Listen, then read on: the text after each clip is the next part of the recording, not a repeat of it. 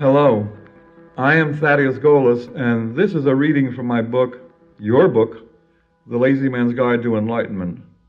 Some people have asked me whether I really meant what I said, that you can expand your consciousness without effort. Yes, I meant it. Consciousness is beyond energy and requires no energy. Consciousness is easy. What is difficult is letting go of all the convincing reasons in our earthly reality for believing a free consciousness is difficult and even dangerous. Many spiritual practices, like rituals and postures, have the effect of freeing up your attention. Your body feels safe while your consciousness wanders. Also, once you see beyond, you may wonder what to do with yourself while you are still a human being. Spiritual practices keep you busy, and in addition, they demonstrate to other people that you are staying out of energy games. They are a way of stopping everything except being conscious. But they are not necessary, and it is important to know that. As you will hear me say again, enlightenment doesn't care how you get there. It is also important to know that while consciousness is beyond energy in all its works, it is still an action. In the same way that you will to walk across a room, you can will to prolong your consciousness. You just decide to do it. And you can will to prolong your consciousness regardless of your ideas or what is happening around you.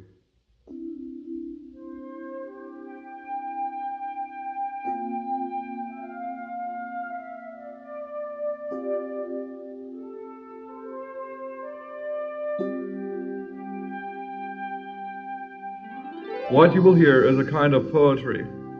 Many people have written to tell me that the guide lifted them out of our local reality, inspired them, regardless of the logical meaning of the sentences. I hope you will find that hearing these words will be rewarding in the same way. Let go and let it happen. I am a lazy man. Laziness keeps me from believing that enlightenment demands effort, discipline, strict diet, non-smoking, and other evidences of virtue. That's about the worst heresy I could propose, but I have to be honest before I can be reverent. There is an odd chance that this is what someone needs to hear in order to feel better about himself. If you are a kind person and want to know what to expect when enlightenment strikes and why it comes to you, this is for you. These are the rules of the game as I see them. I realize that many of us are opening up very fast these days, and one of the most common delusions we face is the belief that our sense of revelation is unique. The feeling of knowing the truth is not enough. My intention is not to pretend final truth, but to suggest certain simple attitudes that will work for anybody and stay with you in the most extreme crisis, even when your mind is disoriented. These attitudes are so simple that I'm surrounding them with a picture of the universe to show why they work even when you don't believe they will. The universe is so vast and complex that if we needed advice like this to become enlightened, we'd never make it. But on the other hand, the universe is so simple in design that there is no reason for anyone to be puzzled or unhappy. You can control your spiritual existence no matter how complicated it looks. I am talking about what I will want to know someday when I feel trapped in a weird place. Several times when in despair, I've thought, what could I say to someone in this state of mind that would mean anything? That's the kind of testing this information has had. There isn't a line here just because it sounds beautiful. The information is practical and reliable. It has taken me and others safely through some extreme states of mind and can be reduced to a few phrases that are simple enough to recall in any crisis. I'll begin with a briefly stated idea about how the universe is made, then discuss our lives from that viewpoint. It is a far-reaching idea extending into every field of knowledge, and since it took me many years to get it straight, I cannot expect that anyone else should casually accept it. All I can do is ask that you play the idea game, see where it leads, and check it against what you know. What has to be true for the universe to look to us as it does? Is there a credible bridge between matter and spirit? Like many people, I wrestled with such concerns for years, and what follows are some of my conclusions. Perhaps these conclusions will be meaningful to you only if you follow your own process of checking and proving. If so, the first section contains all you will need to keep you busy for a long time. On the other hand, if all you want is a do-it-yourself guide to psychic levels, you'll find that too. I am really not expecting anyone to take these sentences and expand them again into a feeling of realization. But if one of you, whom I never hear about, gets a little higher and happier, then I would say all this 1,000 times over. I hope you find the vibrations pleasant.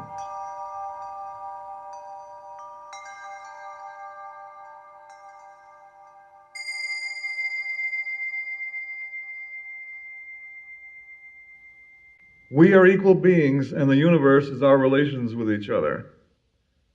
The universe is made of one kind of entity. Each one is alive. Each determines the course of its own existence. That is really all you need to know to understand what I have to say. Everything I am saying has its roots in that first paragraph, and it is possible to resolve any question by going back to it and thinking it through for yourself. The universe is made of one kind of whatever it is, which cannot be defined. For our purpose, it isn't necessary to try to define it. All we need to do is assume that there is only one kind of whatever it is, and see if it leads to a reasonable explanation for the world as we know it. The basic function of each being is expanding and contracting. Expanded beings are permeative. Contracted beings are dense and impermeative. Therefore, each of us, alone or in combination, may appear as space, energy, or mass, depending on the ratio of expansion to contraction chosen, and what kind of vibrations each of us expresses by alternating expansion and contraction. Each being controls its own vibrations. A completely expanded being is space. Since expansion is permeative, we can be in the same space with one or more other expanded beings. In fact, it is possible for all the entities in the universe to be one space. We experience expansion as awareness, comprehension, understanding, or whatever we wish to call it. When we are completely expanded, we have a feeling of total awareness, of being one with all life. At that level, we have no resistance to any vibrations or interactions of other beings. It is timeless bliss with unlimited choice of richly felt concepts. Space is a level of experience that any of us can reach, but it is difficult to talk about on our present plane precisely because it is unlimited. When a being is totally contracted, it is a mass particle, completely imploded. To the degree that it is contracted, a being is unable to be in the same space with others. It is unconscious and has a host of dim feelings. Of course, these are just the feelings appropriate to mass vibration levels, and it can get out of them at any time by expanding in consciousness. When a being is alternating expansion and contraction, it is energy. My guess is that at the middle point, 50% expansion and 50% contraction, a being would be logical, non-subjective, egoless, and predictable. It is important to note that energy is not a quantity of anything objective. Energy, like space and matter, is what a lot of live beings are doing. Energy beings react to their neighbors in a way that is often predictable and apparently automatic, like falling dominoes. While relating to space beings, energy beings will appear to be high with a sense of increasing subjective freedom. Oriented to mass beings, they will be low energy, vibrating more slowly, with a growing feeling of subjective compulsion and disorder. When relations between energy entities are not synchronized, the entities feel pain. The universe is an infinite harmony of beings and an elaborate range of expansion-contraction ratios, frequency modulations, and so forth. There is a particular set of feelings that goes with every variation, every combination, every steady state or vibration level. There is also a different perception of how other beings are relating from every different viewpoint. The thought of these possibilities is so staggering, trying to contain them in words is so ridiculous that it is hard for me to go further. However, what we are after is to isolate some basic attitudes that will recover awareness of our freedom to move around in this maze or go straight to the top. What we need to remember is that there is nobody here but us chickens. The entire universe is made of beings just like ourselves. Every particle and every atom is a live being. Every molecule or cell is a tribe of beings. Energy is a large number of us vibrating together. Space is an infinite number of us in perfect bliss. There is no important difference between live and dead matter, since both are made up of live entities. Not only is mass convertible into energy, but energy is convertible into space and vice versa. It is our own withdrawal from awareness, our own mass or energy condition, that makes us see others as objective matter, energy, and space. We always have the experiences and perceptions appropriate to our own behavior. The same rules apply to all of us. The rules do not come from anywhere outside ourselves. They come from the truth that we are all equal. We all have the same range of possible behavior and experience. We are free to do anything we want to do within the necessary laws of our relations as equal beings. And love must be the first law. Love is the action of agreeing in behavior with other beings, which means that love is real as we are. Love is not a limited idea. It is something we do, ultimately, with our whole selves.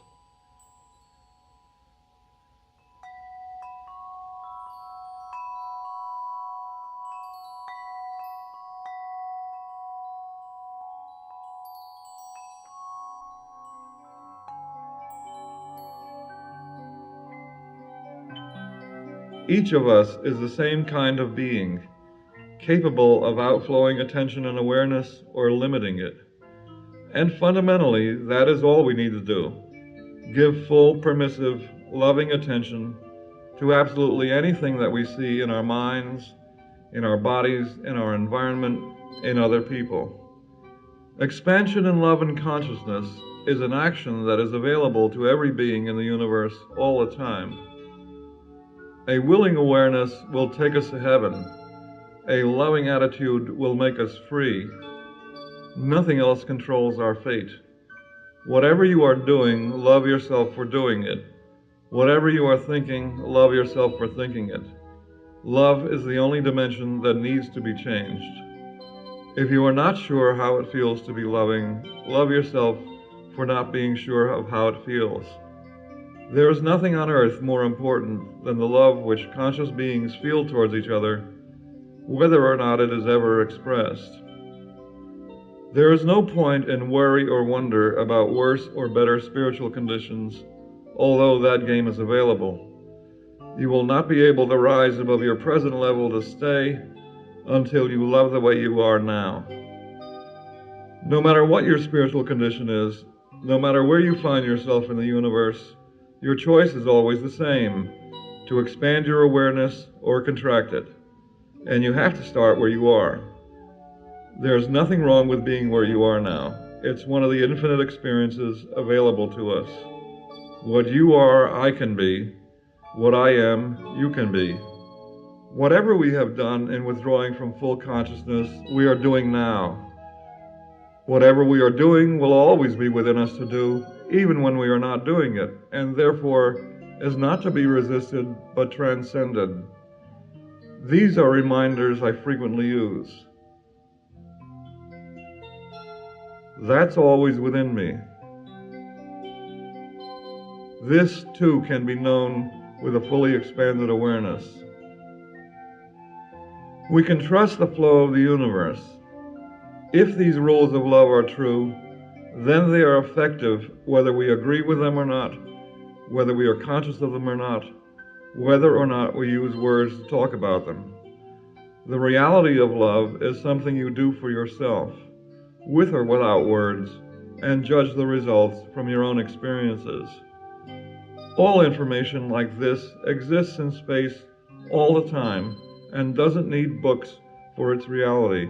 It's always within you. It follows that I'm not talking out of any sense of objection to what anyone believes now. Beyond all reason is the mystery of love. You know we are all equal. No one in truth needs any help from anyone else. No one needs to be told anything or given anything. And then you do the most compassionate act anyway. Do the best for others that you have in you. I'm relaying what was given to me when I felt I needed it. If I felt that way, maybe someone else does too. This is a message to my brothers and sisters, a love note to try to show how, when we thought love wasn't working, it was working perfectly.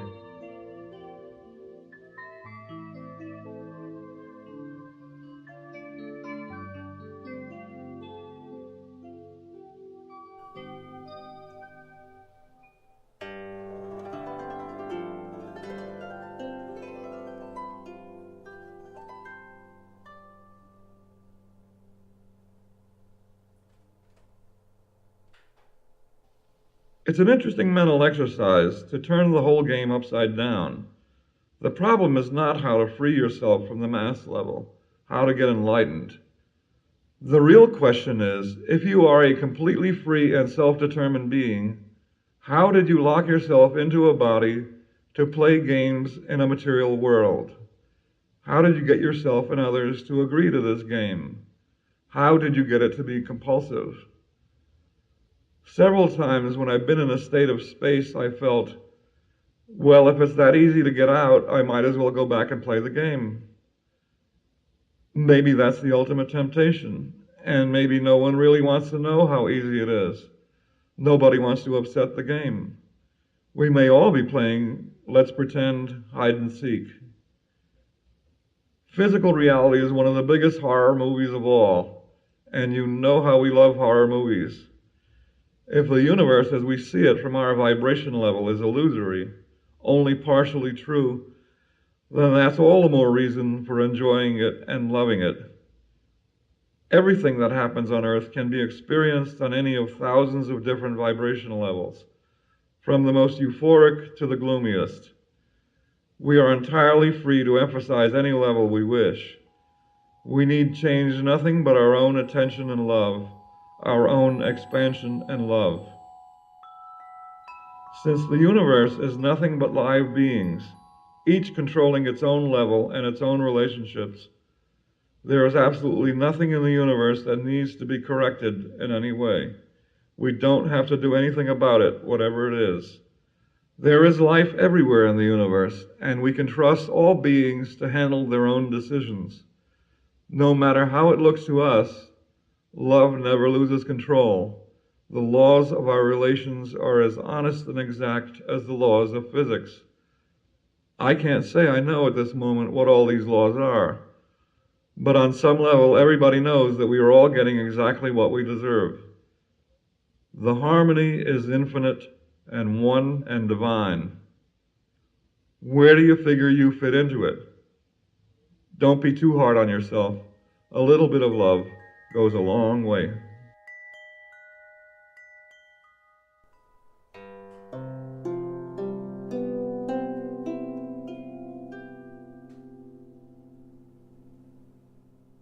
What do you do to become enlightened? What are the signs that you are succeeding? How does your life change as you become more enlightened? There is nothing you need to do first in order to be enlightened. All potential states of being are within you already.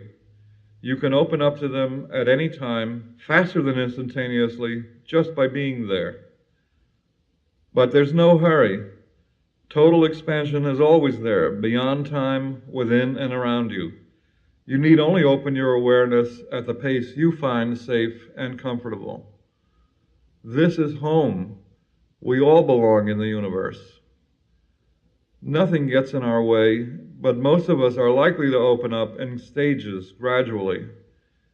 We tend to go up in cycles of emotion.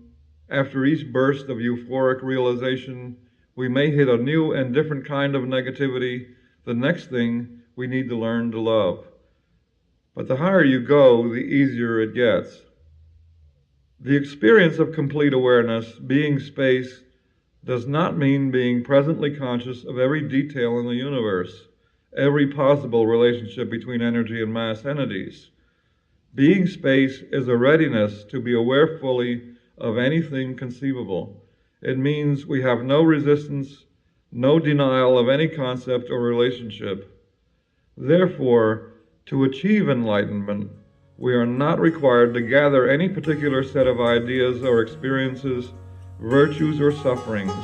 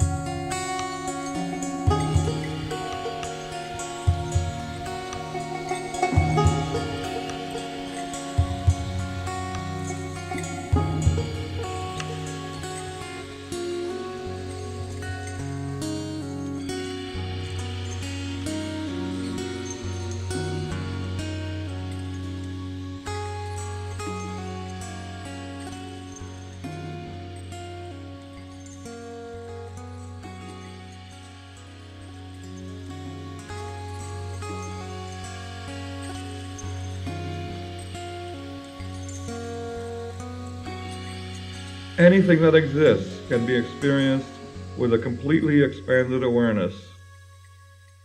Regardless of how you have limited your awareness, you are a free and self-determined being. No other live being, nor any group of beings, can control your behavior as an entity. So there is nothing in the universe, especially the physical part of it, that can counter your free will. That means that the physical world has no power over you whatsoever. It doesn't tempt you, it doesn't corrupt you, it doesn't get in the way of enlightenment. It doesn't do anything to you. You are the sole cause of your level of existence. Your internal condition is never programmed. The experience of being forced or controlled against your will can occur only when you make yourself dense, when you limit your awareness. Our reality at any level consists of whatever unique conscious beings we perceive as alive, and the process of enlightenment is expanding our comprehension of other beings until we experience everything as a live interaction. The more we withdraw from continuous consciousness, the more of a physical world we will contend with, the more mass-obsessed we become. On the other hand, the more we open up, the less solid the world becomes. Enlightenment is any experience of expanding our consciousness beyond its present limits. We could also say that perfect enlightenment is realizing that we have no limits at all and that the entire universe is alive. The difficulty in talking about it, and in all efforts to tell how to achieve it, comes of trying to use limited terms to talk about going beyond limits. To be enlightened is to be in a state of flexible awareness, an open mind. Enlightenment is the very process of expanding, not of arriving at a different set of limits. There is no one correct way of looking at life after enlightenment. We are not obliged to be or not be anything. The remedy for confusion is to be fully conscious, to experience life without mental resistance until we rise above mass and energy to the space level. On that level, we will need no explanations. We awaken where we have been sleeping. Karma is not paying for exactly what you did in the past. It's just that as you expand, you may encounter the kind of experiences you withdrew from in the past, or you may run into anything other than what you are insisting on now. If you try to close your mind to feel better, you will drop back. But if you look calmly at undesired events, absorb them mentally, and love yourself for disliking them, you will keep going higher. Others are free to do as they will, and we are free to agree with them or not. As you deal with and love each new disturbing phenomenon, you will begin to realize that none of the threatening evil that bothered you has disappeared from the world. But your compulsive feelings of dismay and helplessness will be gone. You will learn how to steer your way around or through turbulent vibrations, and in time they won't happen to you anymore. You will see how you can change your emotions and experiences by understanding their relation to your awareness level. For instance, if your feelings fade after a deeply loving experience with someone, you can understand it as a fading out of being in the same space now that you are both on a lower level again. When you know that, and know that the low mood can pass just as easily as it came on, then you are less likely to make big decisions and get into arguments because of it. You just relax your mind and watch it go by.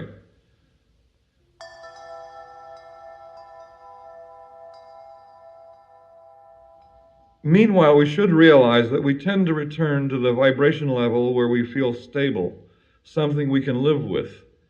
It's the level of stability, the level where we feel ourselves to be comfortably on the same vibration with others, that needs to be changed.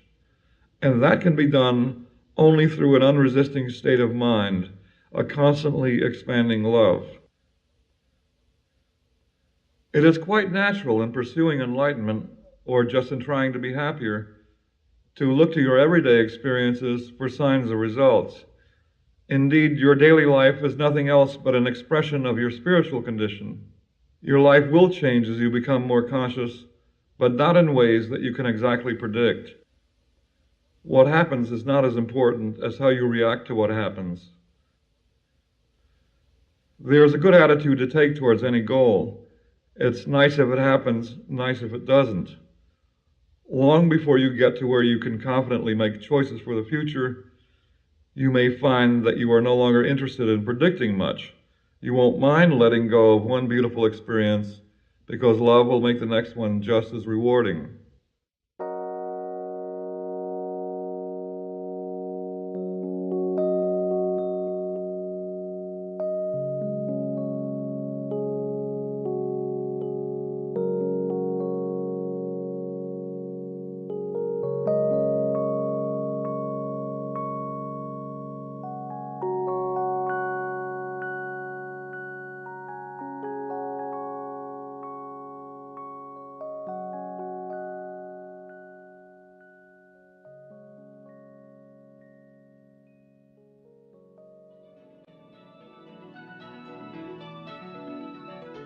It's all right to have a good time.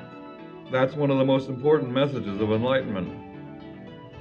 We should try to comprehend the highest pleasure level, the pleasure of God, so to speak, in all that we perceive.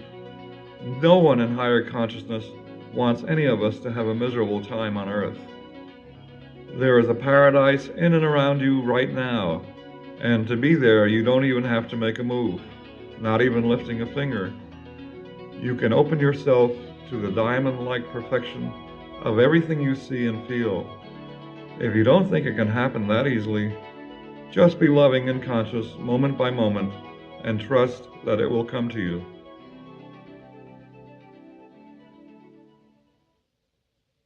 No one on the space level ever puts barriers or tests in the way of someone who is trying to raise his spiritual level.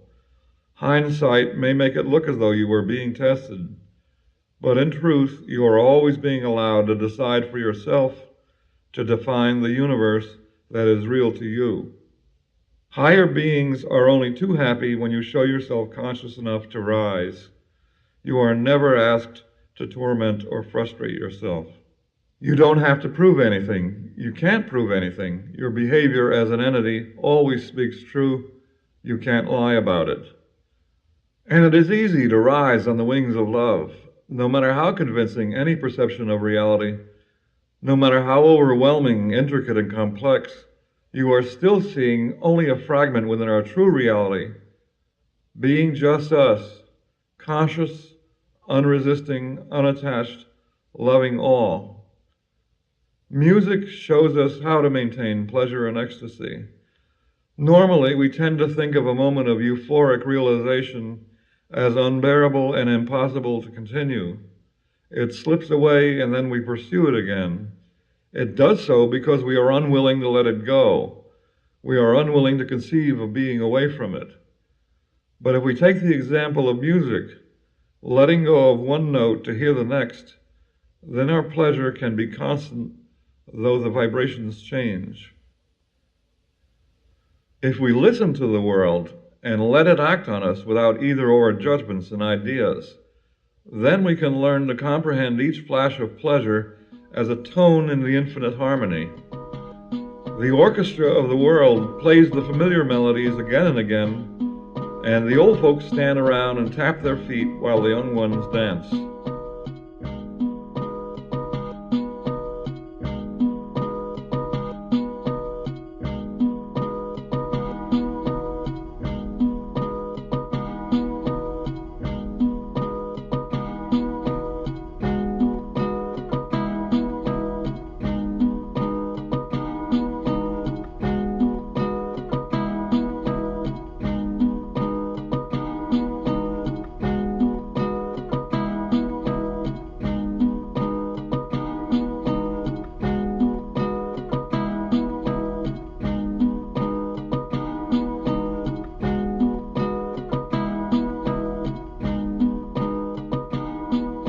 I don't expect anyone to remember all this transistorized thinking, but I highly recommend memorizing the emphasized reminders that follow. They are simple enough to stay with you and will work in any mental crisis. Keep them handy in your mind. The first one is no resistance. This does not mean you must be physically passive or meekly put up with aggression. This means no resistance in your mind. Be free in your consciousness and act out of love. There is no action that is always right or wrong. The only true variable is the consciousness with which you act. As you open your awareness, life will improve of itself. You won't even have to try. It's a beautiful paradox. The more you open your consciousness, the fewer unpleasant events intrude themselves into your awareness.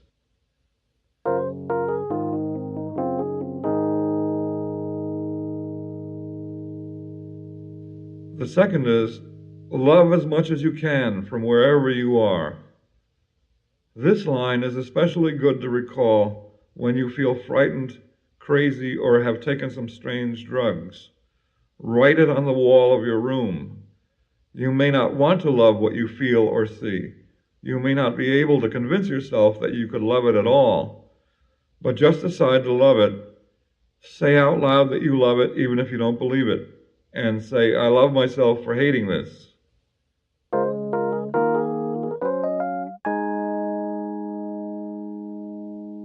The third one is, love it the way it is. The way you see the world depends on your own behavior. When your consciousness rises, the whole world will look different. It's like those days when everyone seems to be smiling at you because you feel happy. You take yourself with you wherever you go. As they say in Zen, if you can't find it where you're standing, where do you expect to wander in search of it?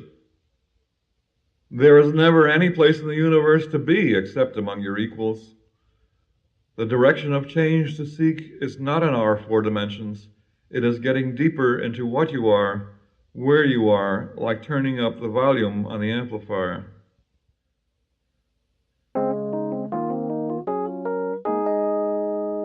And last, love yourself. Actually, much of what we now think of as ourselves, our bodies, our minds, our emotions, involves billions of other beings. Being the ego consciousness of a human body is a little like being mayor of New York City. The ego is not the only awareness concerned with the survival or function of your body. We are free as individual, unique entities to leave any group, such as the group that forms the body. But we will find other beings to harmonize with in any reality we go to. When you love yourself, you are in truth expanding in love into many other beings. And the more loving you are, the more loving the beings within and around you. On all levels, we are mutually dependent beings. Play a happy tune and happy dancers will join you. In another sense, loving yourself is a willingness to be in the same space with your own creations. How contracted would you become if you try to withdraw from your own ideas? Loving yourself is not a matter of building your ego. Egotism is proving you are worthwhile after you have sunk into hating yourself. Loving yourself will dissolve your ego. You will feel no need to prove you are superior.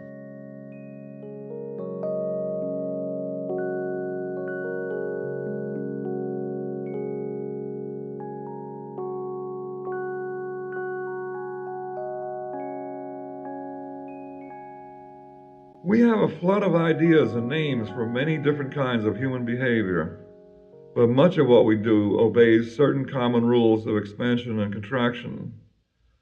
The rules do not come from anywhere outside ourselves. If we conceive that we are equal beings, then certain truths must follow about our relationships with each other. We may call these truths the source of fairness and justice, but such names do not matter. It's just the way it has to be if this universe of life is to exist at all. It seems pointless to try to be convincing about this in words, compared to what you will comprehend when you remember this divine order and justice for yourself. I can offer only limited speculation on how these rules show up in our human experience. The idea of equality has often been taken to mean dropping to the lowest common denominator, or settling for the characterless common middle. Equality, as I am suggesting it, is our coming together at the level of highest awareness, pure space, without attachment or resistance, with complete freedom of experience and consciousness, merging with others in whatever ecstasy or calm we choose.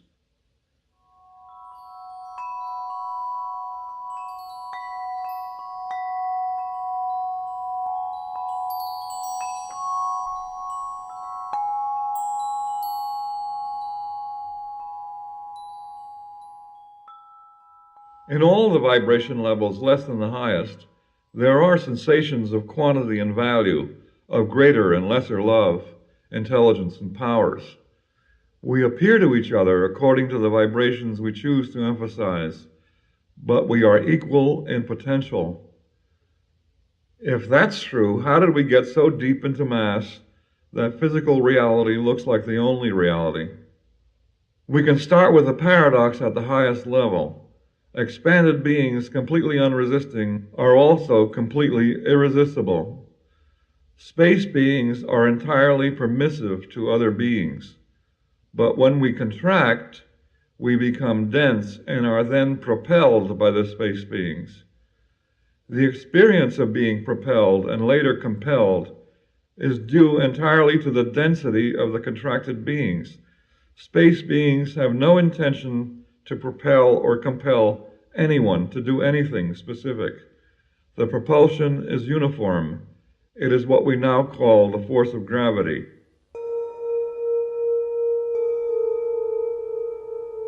Space propels energy, and energy appears to compel matter. But these reactions cannot occur without the density of the more withdrawn beings. There's nothing holding you down to a mass level, regardless of all your experiences of being pushed and pulled by other masses, by energy, and by space.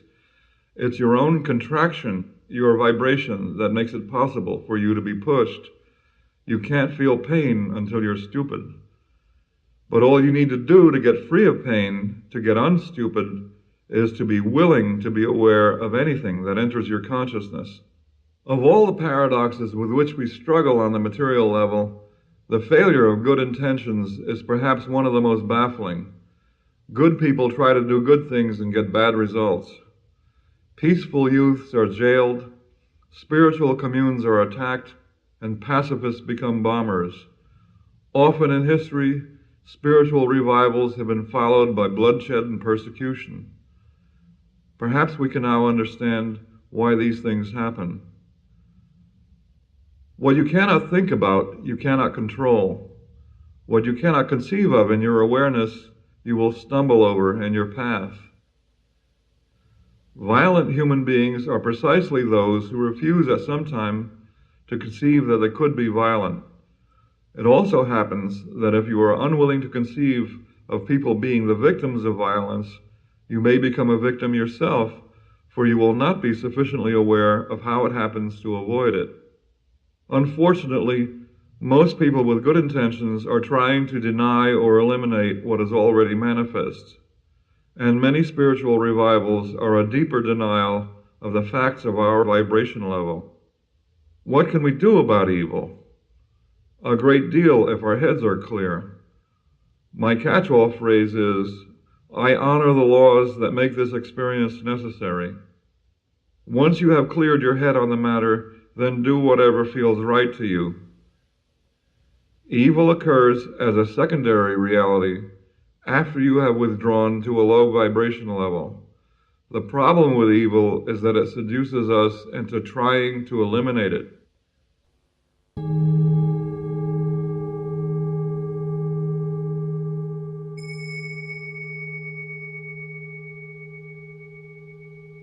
When your consciousness is open, any action you take in reference to evil has no more significance than digging a ditch to channel floodwaters away from a house. By all means, go to the doctor when you are sick, disable someone trying to hurt you, ask unpleasant people to leave your house, start a revolution. Just keep your awareness open all the while, and know that your evil has manifested itself in your life because of your lack of consciousness. But there is no moral judgment in our involvement with evil. If you refuse to admit that automobiles exist, for instance, you are going to get hit by cars, not because you are sinful or neurotic, but just because you are not looking at automobiles. You won't see them coming. Some people think that thoughts are things, and that you must avoid negative thoughts or they will happen. That is wrong. Thoughts are certainly powerful when conceived by expanded beings. In space, reality is all conceptual. But perhaps trying to withdraw from thoughts is what got us incarnated in a mass level in the first place.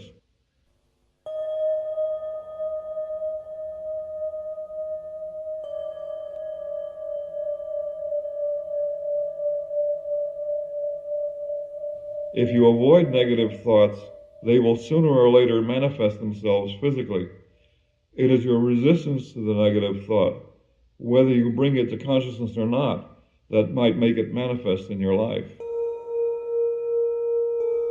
What am I doing on a level of consciousness where this is real? That is the first question to ask yourself when you become aware of something ugly or evil or stupid. We are always in a context of our equals, and the justice of love is always perfect. The universe is an infinite tapestry of perfectly ordered relationships of behavior, not of ideas. It's not a matter of waiting until your lifetime is over. Your movement as a being is not horizontal through time, so to speak. All states of consciousness are available right now. Every possibility in the past and future exists timelessly. It's always there. and you activate your level of reality by your own behavior. We are always free to sustain a steady state of consciousness or unconsciousness, or to become energy by alternating rapidly between them.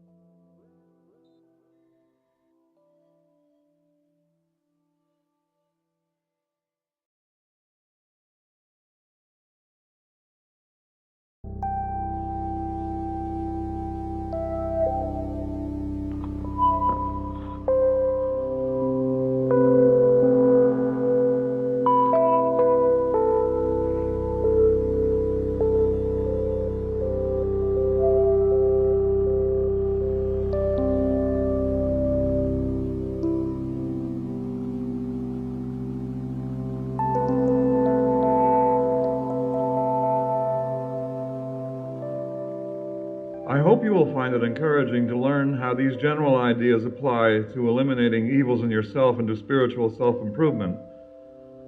The more bad thoughts and feelings you try to weed out of yourself, the more there will be.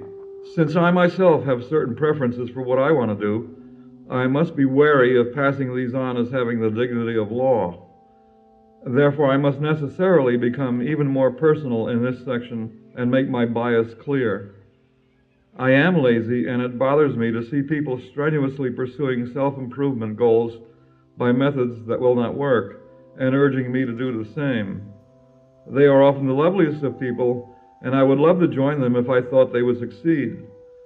On the other hand, perhaps they know the goal will never be reached by their means, and I am the fool for exposing what everyone secretly knows. If we didn't have these games, that would leave a void, wouldn't it?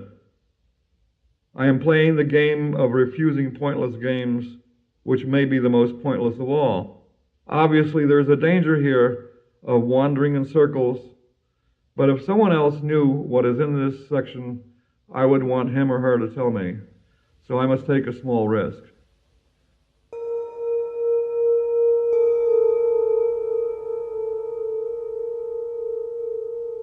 A structure is any relation between entities that avoids dissolving. The self that you know as a human being is a structure, an organization of billions of entities. An odd thing about structures is that they will dissolve both from success and failure, from too much pleasure as well as pain. So the problem, if you want a structure, is to maintain attention somewhere between the two.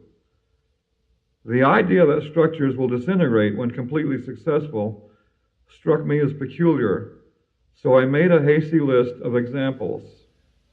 A victorious empire inevitably breaks up into parts or collapses when it reaches its peak and is unopposed. A man inherits wealth and ruins himself with dissipation. The genius goes insane. Power corrupts. The good die young. Religions break into schisms and heresies. The common thread is that instant gratification is dangerous. Hence, people are cautious about success or power too easily gained. On some level, the structure invokes a self-imposed limit on success, including success in pursuing spiritual awareness. Spiritual leaders keep telling us the ego must die to be reborn, but we hold back. The structure preserves itself. The ego, the mental structure, feels better when it has to contend with the tension of threats to itself. We feel high and energetic when tested by negative possibilities. Hard work, discipline, skydiving, racing, wars, illness, fasting, asceticism, gambling, drugs, careless driving, arguing, contending with the devil and black magic, and so on. Of course, if the negative definition goes too far, the structure will collapse, but somehow that doesn't bother us. We love to worry about dangers to human survival, unless it is a real one like the atomic bomb or germ warfare. Then the risk is unreal. We are reluctant to think about it. As a normal process, we define ourselves, we find out who we are by what we disagree with, and we identify others by what is wrong with them. We keep looking until we find some difference between us and them. Virtues in others are invisible, not really interesting. We human beings, almost alone among species, have solved the problem of maintaining negative tension by being our own worst enemies. We can never completely overcome human nature in ourselves or others, so the game goes on.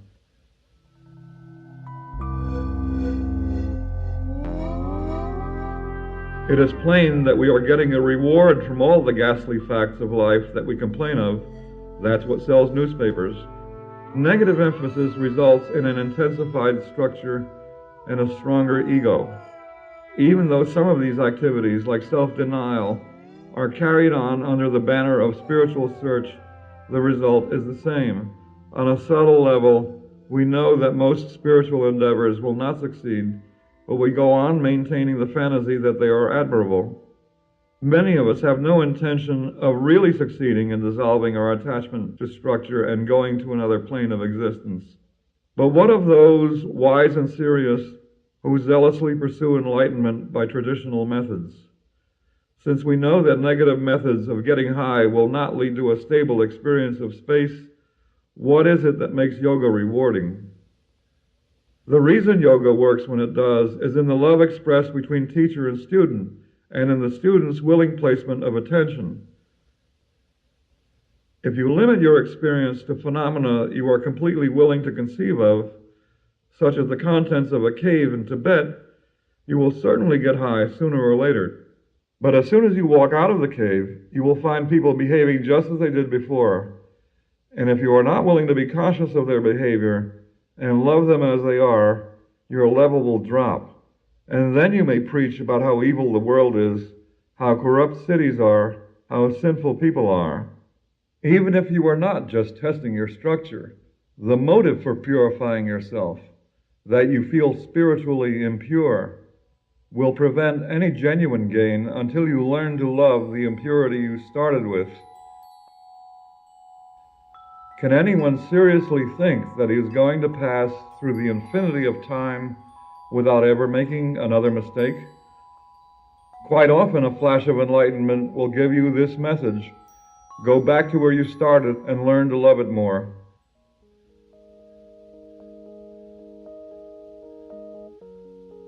There is another handicap to conventional methods of self-elevation. If you identify with a status system of spiritual values, it can produce unloving snobbery towards your brothers. The justice of our relations is exact, and if you are unloving, the results will manifest explicitly. You may then complain, if I'm working so hard to be pure, why do these things happen? Why do people hate me? But there is no purity greater than love, even when it is corrupt and unwashed. The positive way to define your ego is to be one with the cause of it. Love it the way it is. Then freely choose whatever behavior feels good to you. You won't blow away. You can experience your present structure as a space-level interaction and then go higher only if you want to. Changing your consciousness level, raising your love level, is the only action that results in a real change for the better. Group encounters, sexual freedom, revolution, yoga, diets, asceticism, rock music, dope, all means are dependent on your interest and creative power to be effective. These are all good games, But don't try to force yourself past the time when you are really interested. They work only while your attention to them is aroused, and when they work too well, too successfully, you are likely to lose interest. When you feel your structure turning into energy and then space, you are likely to pull back unless you accept what is happening and stabilize at a new level. There really are more loving games than improving yourself or reforming other people, or otherwise using negative tension to harden your structure. Keep in mind that your survival does not depend on any structure. You are a unity, an entity, just like all the others in the universe. When you ain't got nothing, you got nothing to lose. There isn't anything wrong with using negative events to define yourself, as long as you do it consciously because you want to. The only wrongness in any activity is being withdrawn from awareness of what you are really doing. We can play these same silly games with a lot more pleasure when we are aware of what we are doing. When you offer people spiritual solutions, or solutions of any kind for anything for that matter, you are asking them to give up their ego structure, what makes them feel active, alive, defined. Be careful, it's dangerous. Well, just for starters, take it that every human being is a perfect whatever it is right now. Every state of consciousness is perfect and complete and does not need to be changed. And every change of consciousness is perfect and complete and does not need to be static.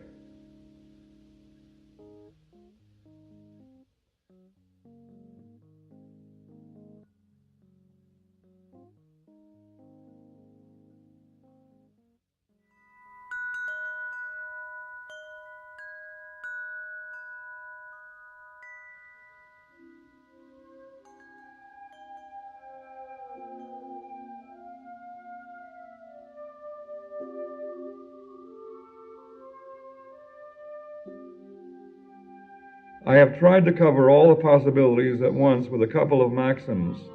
Whether I am conscious of it or not, I am one with the cause of all that exists. Whether I feel it or not, I am one with all the love in the universe.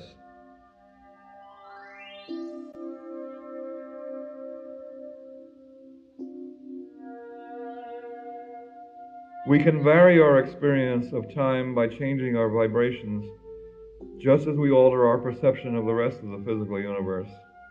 Our concepts, feelings, and limited relations have beginnings and endings in time, but we do not.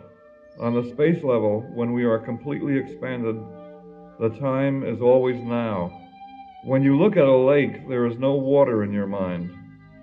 Put it another way, the awareness of a hard object has no hardness in it. The awareness of confusion is not confused. The awareness of insanity is not insane. The awareness of the passage of time takes no time. There is no time in it.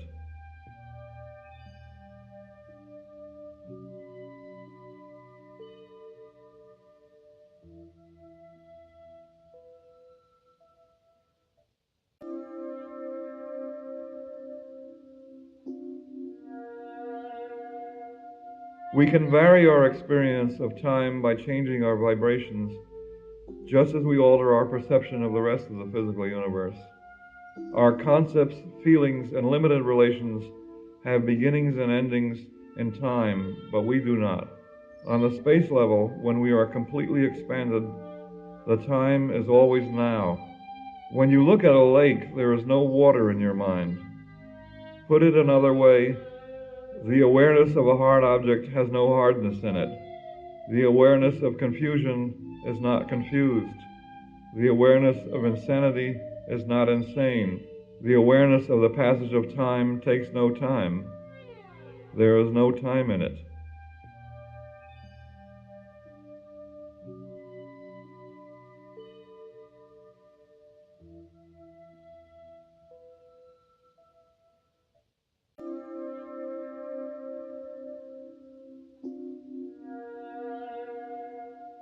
We can vary our experience of time by changing our vibrations, just as we alter our perception of the rest of the physical universe.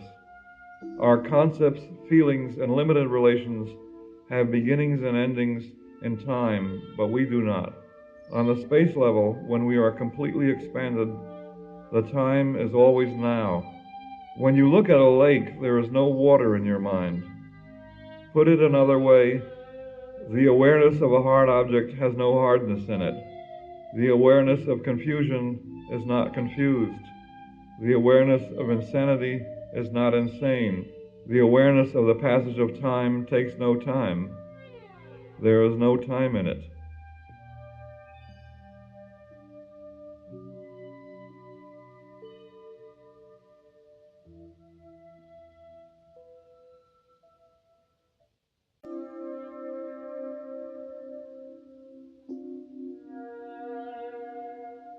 We can vary our experience of time by changing our vibrations, just as we alter our perception of the rest of the physical universe.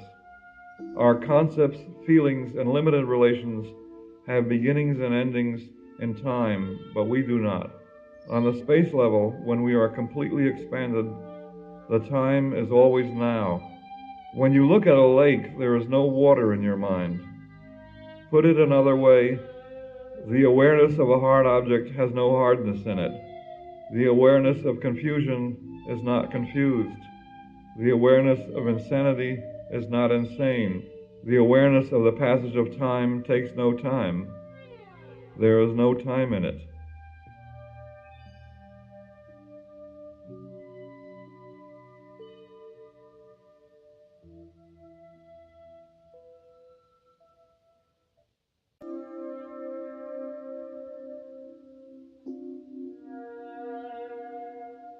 We can vary our experience of time by changing our vibrations, just as we alter our perception of the rest of the physical universe.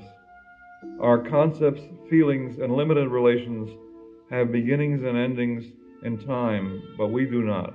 On the space level, when we are completely expanded, the time is always now. When you look at a lake, there is no water in your mind. Put it another way, the awareness of a hard object has no hardness in it. The awareness of confusion is not confused. The awareness of insanity is not insane. The awareness of the passage of time takes no time. There is no time in it.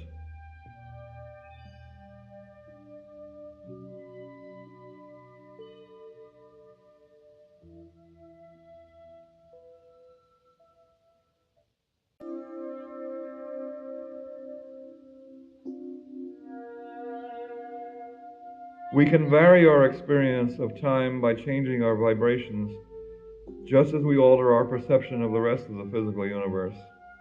Our concepts, feelings, and limited relations have beginnings and endings in time, but we do not. On the space level, when we are completely expanded, the time is always now. When you look at a lake, there is no water in your mind. Put it another way, the awareness of a hard object has no hardness in it.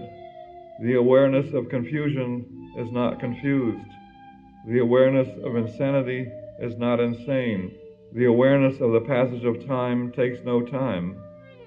There is no time in it.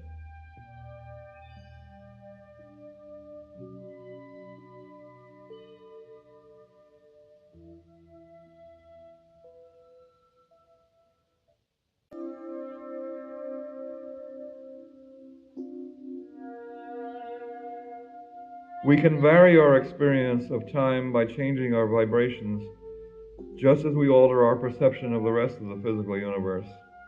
Our concepts, feelings, and limited relations have beginnings and endings in time, but we do not. On the space level, when we are completely expanded, the time is always now. When you look at a lake, there is no water in your mind. Put it another way, the awareness of a hard object has no hardness in it. The awareness of confusion is not confused. The awareness of insanity is not insane. The awareness of the passage of time takes no time. There is no time in it.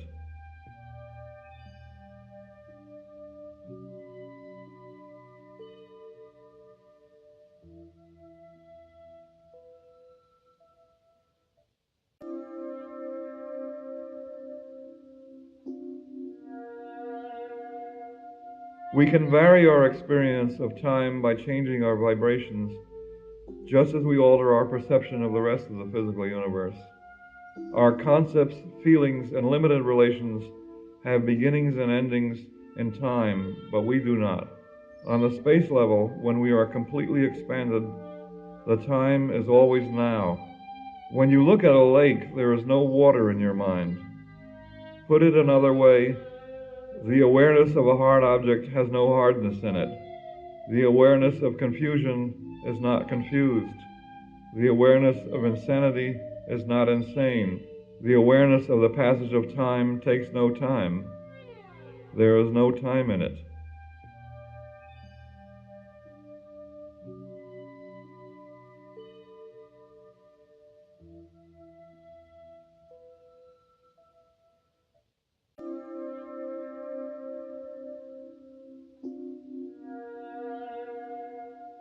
We can vary our experience of time by changing our vibrations, just as we alter our perception of the rest of the physical universe. Our concepts, feelings, and limited relations have beginnings and endings in time, but we do not. On the space level, when we are completely expanded, the time is always now. When you look at a lake, there is no water in your mind. Put it another way, the awareness of a hard object has no hardness in it. The awareness of confusion is not confused. The awareness of insanity is not insane. The awareness of the passage of time takes no time. There is no time in it.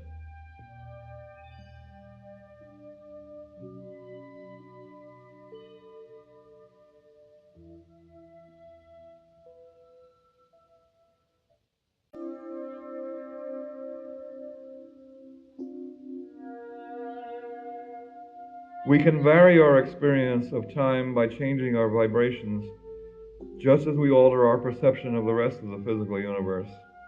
Our concepts, feelings, and limited relations have beginnings and endings in time, but we do not. On the space level, when we are completely expanded, the time is always now. When you look at a lake, there is no water in your mind. Put it another way, the awareness of a hard object has no hardness in it. The awareness of confusion is not confused. The awareness of insanity is not insane.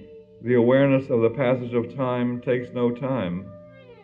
There is no time in it.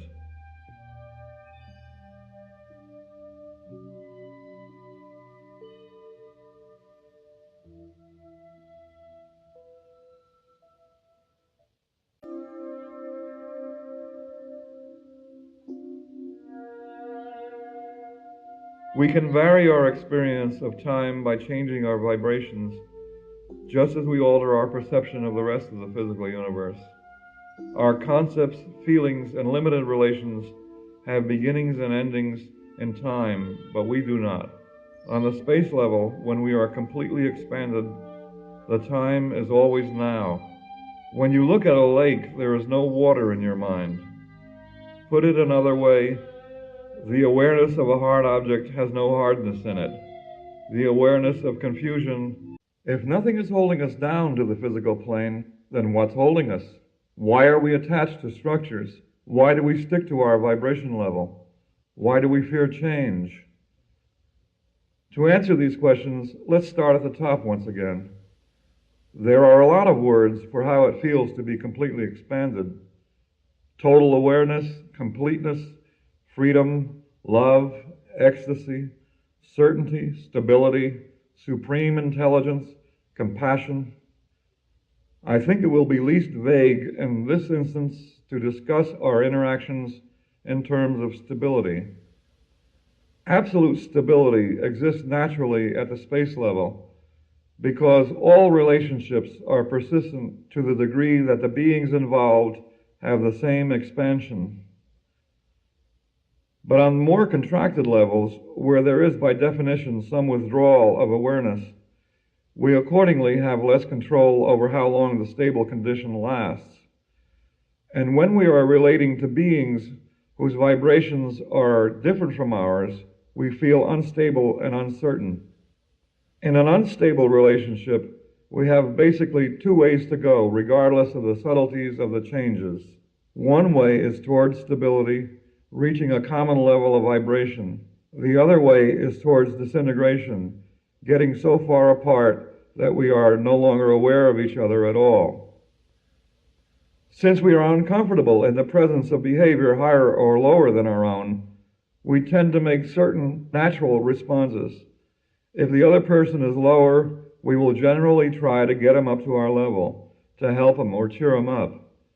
But if the other person is higher, we will often at first try to bring him down and get him to lower his vibrations. Note that when you try to help someone, you are working against his natural, perhaps unconscious effort to bring you down. The lower vibrating person, and this could be any of us depending on the circumstance, will appear to be draining the energy of the higher person, often with the best moral and social motives.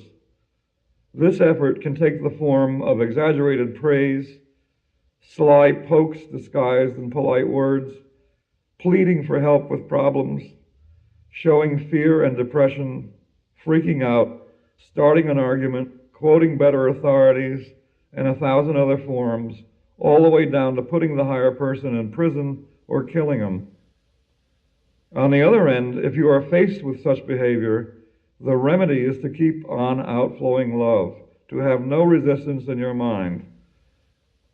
The lower vibrating person may reach farther and farther to bring you down, but when he finds you will not come down, when he senses that you will have no internal resistance to him, he will have to rise to your vibration level to feel stable and comfortable. It is too painful to stay where he is. And he will rise unless, of course, he goes the other way and disintegrates from the relationship. You are not, however, obliged to wait him out. If you sense that he is not going to do anything but try to bring you down, you are free to effect the disintegration when you choose. In current language, just split. Don't dwell on it. Don't feel guilty about it. It's in the natural order of things. If you are going to take psychedelics or meditate and open yourself to communication with beings on higher levels, you should be aware of the implications of these automatic interactions between vibration levels.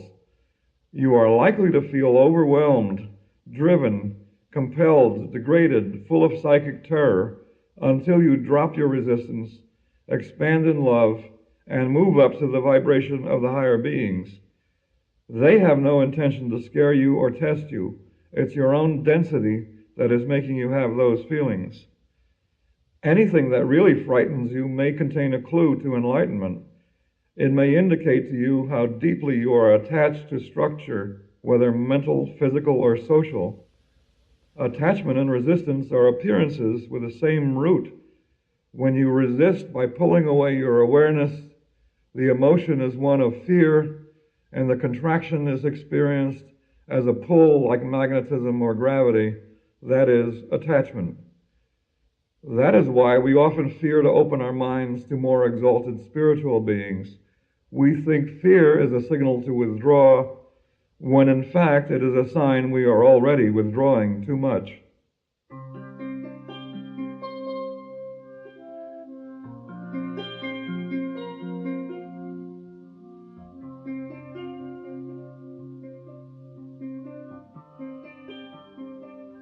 Here are some lines that have made me feel good, both in times of emotional turmoil and in meditation.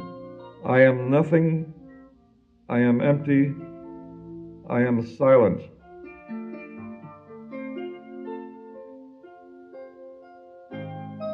I have no resistance to the vibrations of other beings.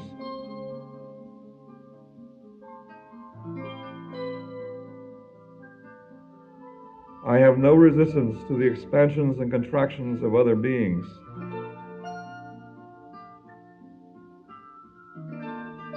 When we are afraid to see what is higher, we may then try to buy a feeling of safety or power by keeping our attention on what is lower. This process takes many forms in human life. Charity, conceived as an impulse towards those lower than ourselves, often has unhappy results. Many of our impulsive feelings have their source in erroneous assumptions about the status of other people. There's nothing wrong with feelings. The feelings on the space level are incredibly rich, but it is wise to pay attention to where our feelings are coming from and where they are leading us. We may be seduced by a feeling of freedom, power, or amusement by relating to those we think are weaker, or we may recoil from the fear and depression we feel in the presence of those we consider stronger. The principle of equality is a safe guide, both in saving us from foolish condescension to disturb people and from self-limiting awe towards superior people. The solution to all our push-pull tensions is to treat everyone, every being you recognize to be alive, as equal to yourself. Always look deeper than any evidence that you are unequal. If another person displays great wisdom or genius, produces great paintings, or even inflates himself to writing books of advice like this one, just don't believe it is any evidence that his potential is higher than yours. Know that anything he has done, you can do, not in the sense of debasing him, but of elevating yourself. Don't admire him excessively. That separates you. Let him be what he is. Love him as your brother. Enjoy what he produces. Treat him as an equal. Just say, I am equal to that. We are all equal to that. On the other side, if a person displays sickness and insanity, degradation and emotional distress, helplessness and despair, just don't believe it is any evidence that his potential is lower than yours. Know that anything you are doing, he can do. Don't blindly agree with his game. Don't react as though what he is doing is real. Let him be what he is. Love him as your brother. Have compassion for him. Treat him as your equal. Begin with the knowledge that he can bring himself out of it. Don't ignore him necessarily unless you know that he has been running the same movie over and over and are bored with it. Your attention is always life-giving. It will make him feel stable and loved, and he can go up from there if he wants to. You can even tell him in words that you don't believe his game. Do it while you are bandaging his wounds or feeding him or giving him money. Don't act superior to him. You aren't. You are his equal. Ignore the sin and love the sinner.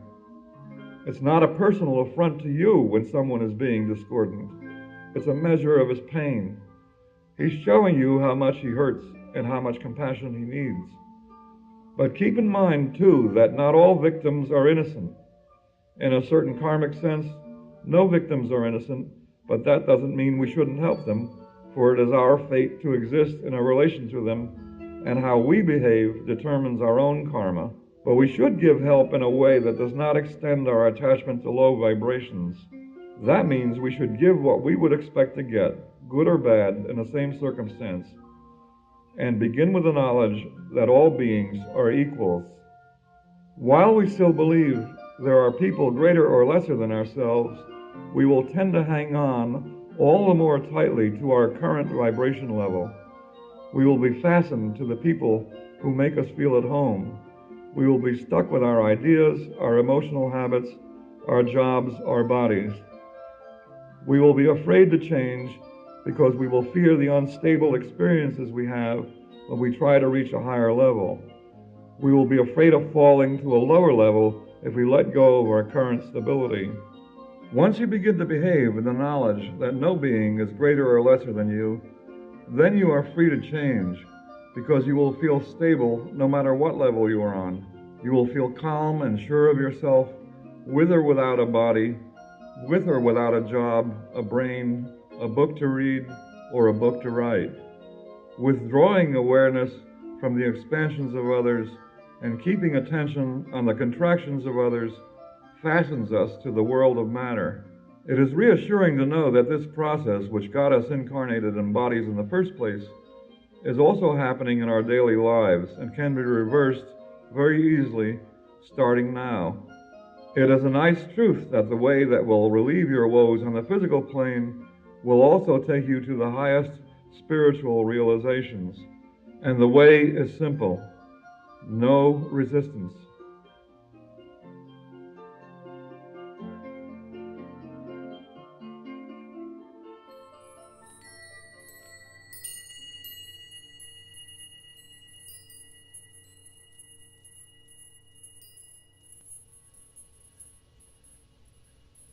The concept that we live in a universe of equal beings can make sense of all religions and can contain all metaphysical attitudes.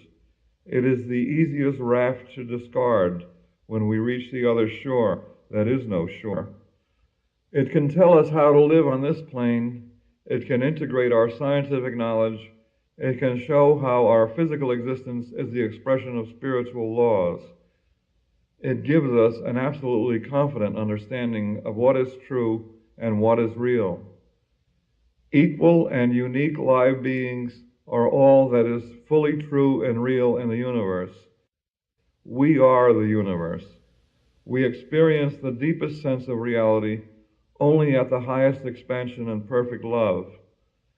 On lower vibration levels, we see other beings relating to each other in a way that is not entirely true or real.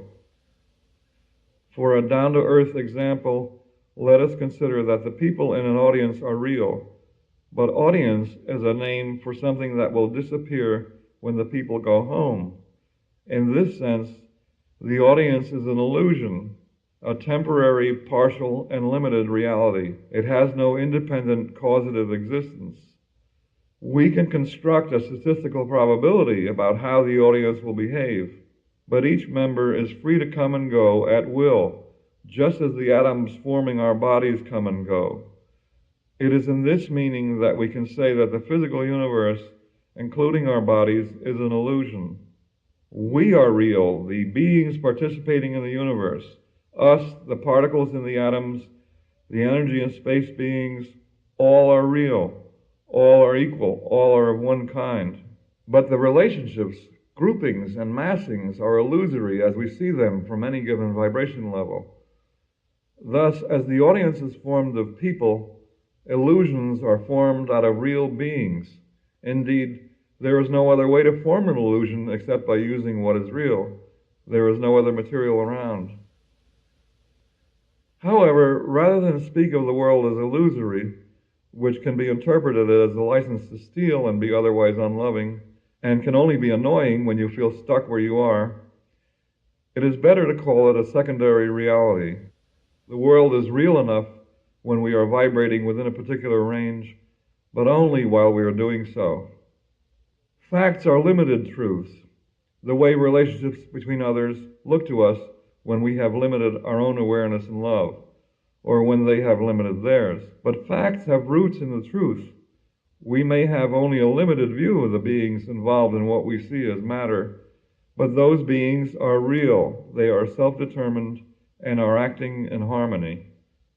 However, we don't need facts to be wise and loving. Different sets of facts are real at different vibration levels. The laws of our relations are the same for everyone, and the truth is the same for everyone. The facts are always a little different for everyone.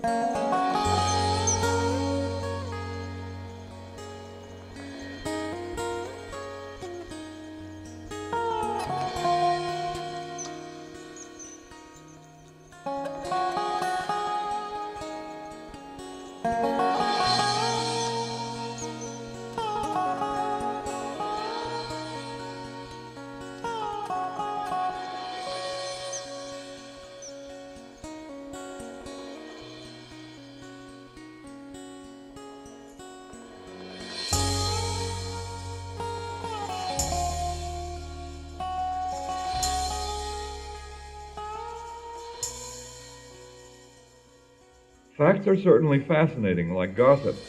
Who's doing what to whom, and what's doing what to what. Of the gathering of facts, there is no end. Sometimes we feel that if we had enough of them, we could get at the truth. Sometimes we try madly to deny them, even though we are attached to a vibration level from which they will not disappear. Illusions, facts, are reliable to the extent that they have truth in them.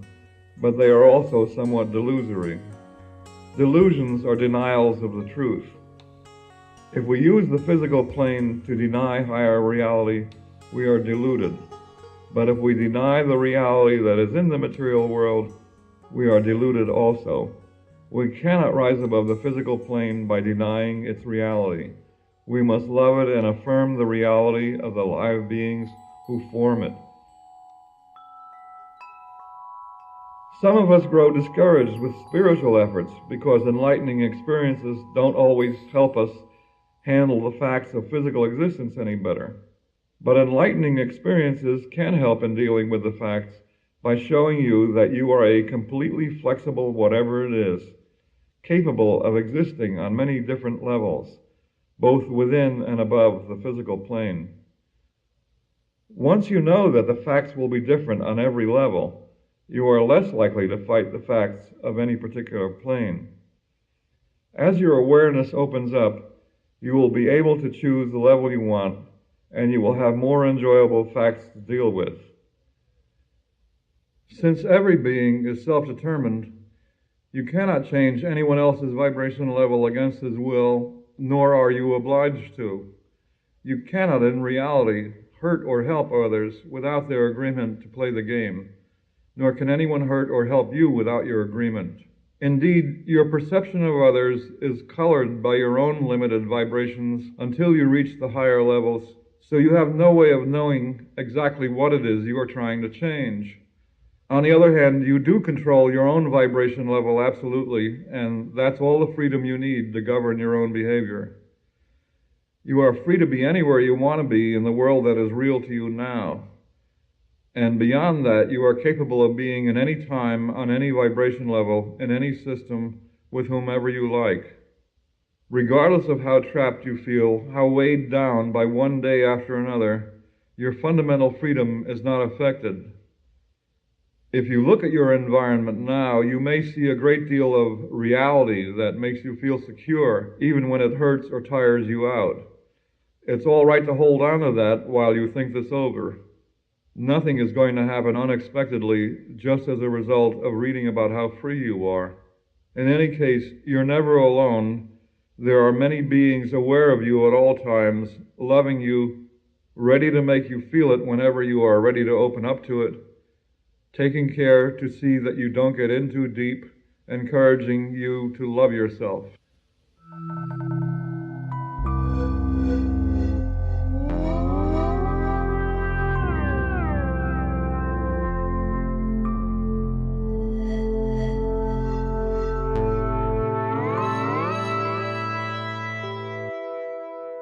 The world you see is in truth a reality of convenience.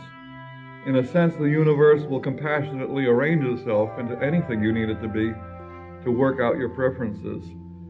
You have an infinite choice of worlds to live in. You are also free to live according to many different cosmic plans. The fact that you can choose doesn't make any one of them less valid. You may live in a universe in which there is a God at the top with a hierarchy down to souls in outer darkness, or a materialistic world in which you experience no life after death, just a complete wipeout of the past. You may have a heaven and hell. Whatever your choice, whatever feels right to you, you will tune in and stabilize with others believing the same thing. On the space level, like usually attracts like. You can tune your vibrations to Christ consciousness or Buddha consciousness and experience supernal compassion. You can tune yourself to black magic and live in a world of weird shapes and violent forces. You can tune in on the cosmic comic book. You can become one with the Divine Mother and dwell in incredible, sensuous luxury.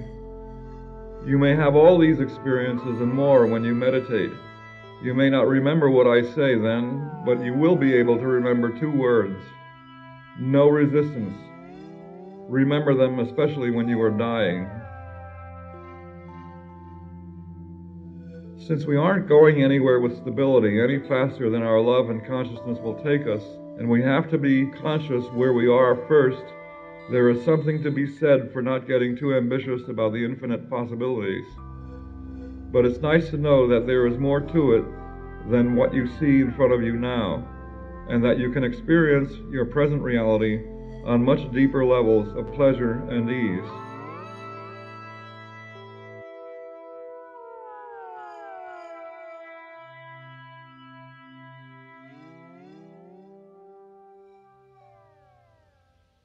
There are many paths to enlightenment. Some of us who have expanded to a degree of illumination have thereafter preached the dogmatic certainty of one particular path. But enlightenment doesn't care how you get there. And if you aren't going to be thinking about it in paradise, then don't worry about it now. As there is perfect enlightenment, so there is a perfect means to enlightenment. A simple path that is available to every being in the universe all the time. No matter what happens, I am conscious all the time. Sustaining love and consciousness is the perfect means to enlightenment. It is available at all times to every being. No one has the power to stand in the way. Perhaps the state of mind that most needs enlightenment is the one that sees human beings as needing to be guided or enlightened. And the sin that most needs to be loved and forgiven is the state of mind that sees human beings as sinners. Those of us who arrive at a flash of illumination may try to comfort ourselves that we have come back to help others, but we should then be even more discriminating of our motives. Everything that is happening in your body is happening on a wide range of vibration levels. If you are more conscious of your lack of information than I am of this knowledge, then you are on a higher level than I. There is absolutely no external evidence that will tell me how conscious you are, because I am seeing you with the limited vision of my own vibrations. In that sense, what I see is myself. No matter how confused or stupid or unloving other persons may appear to us, we have no right ever to assume that their consciousness is on a lower level than ours. They may be realizing far deeper dimensions of love.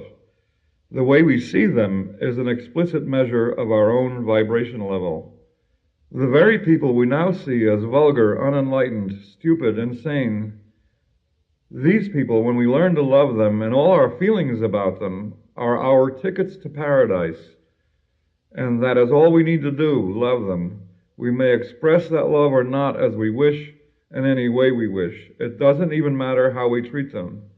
But we must see them and love them as they are now, for we cannot deny them the freedom to be what they are, just as we must love ourselves as we are now. Let us remember that each person is some kind of opposite of what he insisted on in the past or could be in the future.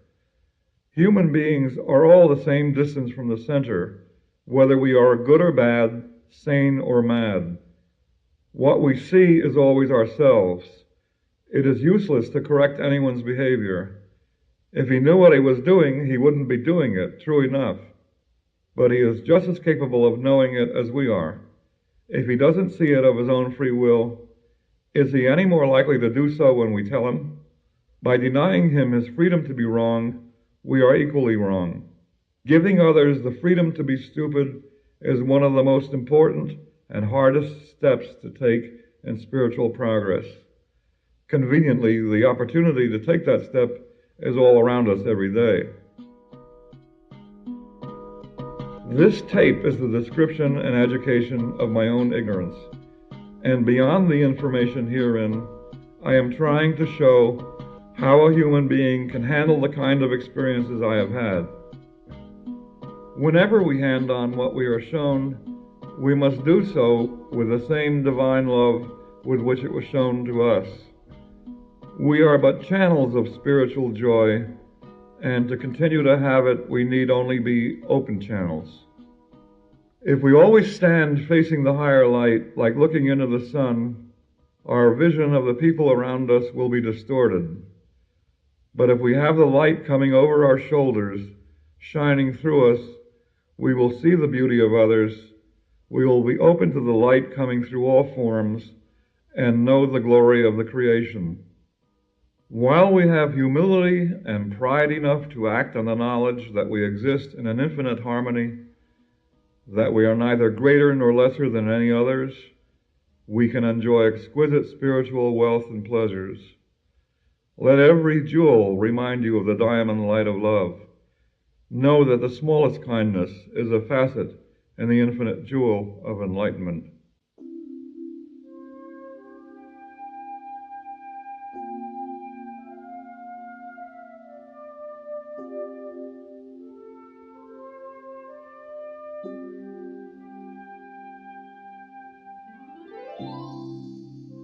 So ends the text of the Lazy Man's Guide to Enlightenment.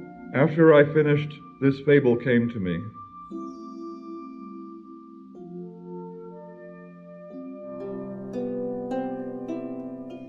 Once upon a time, there dwelt an old king in a palace. In the center of the golden table in the main hall, there shone a large and magnificent jewel. Each day of the king's life, the stone sparkled more resplendently. One day a thief stole the jewel and ran from the palace, hiding in the forest. As he stared with deep joy at the stone, to his amazement, the image of the king appeared in it. "I have come to thank you," said the king. "You have released me from my attachment to earth. I thought I was freed when I acquired the jewel, but then I learned that I would be released only when I pass it on with a pure heart to another. Each day of my life I polished that stone, until finally this day arrived, when the jewel became so beautiful that you stole it, and I have passed it on and am released. The jewel you hold is understanding. You cannot add to its beauty by hiding it and hinting that you have it, nor yet by wearing it with vanity. Its beauty comes of the consciousness that others have of it. Honor that which gives it beauty."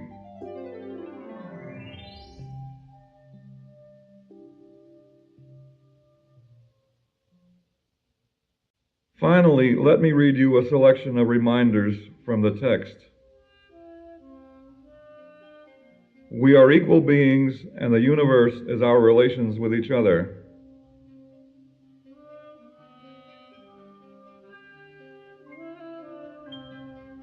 What am I doing on a level of consciousness where this is real?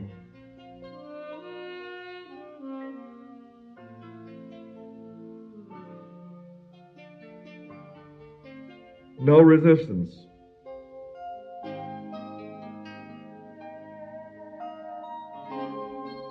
Love it the way it is.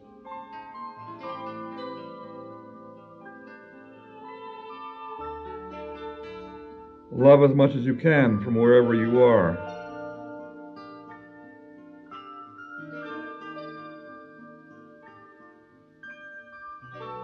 All states of consciousness are available right now.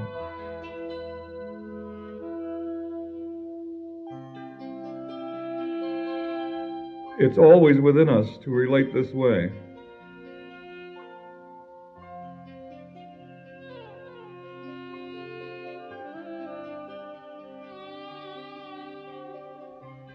Enlightenment doesn't care how you get there.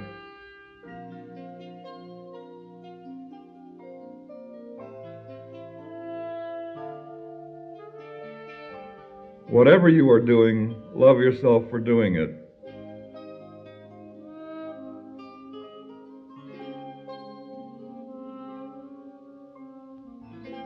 There is nothing you need to do first in order to be enlightened.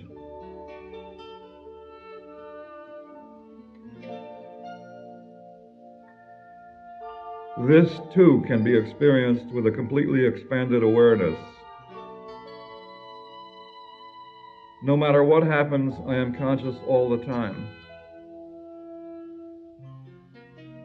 Thank you, brothers and sisters, for letting my consciousness be in this place.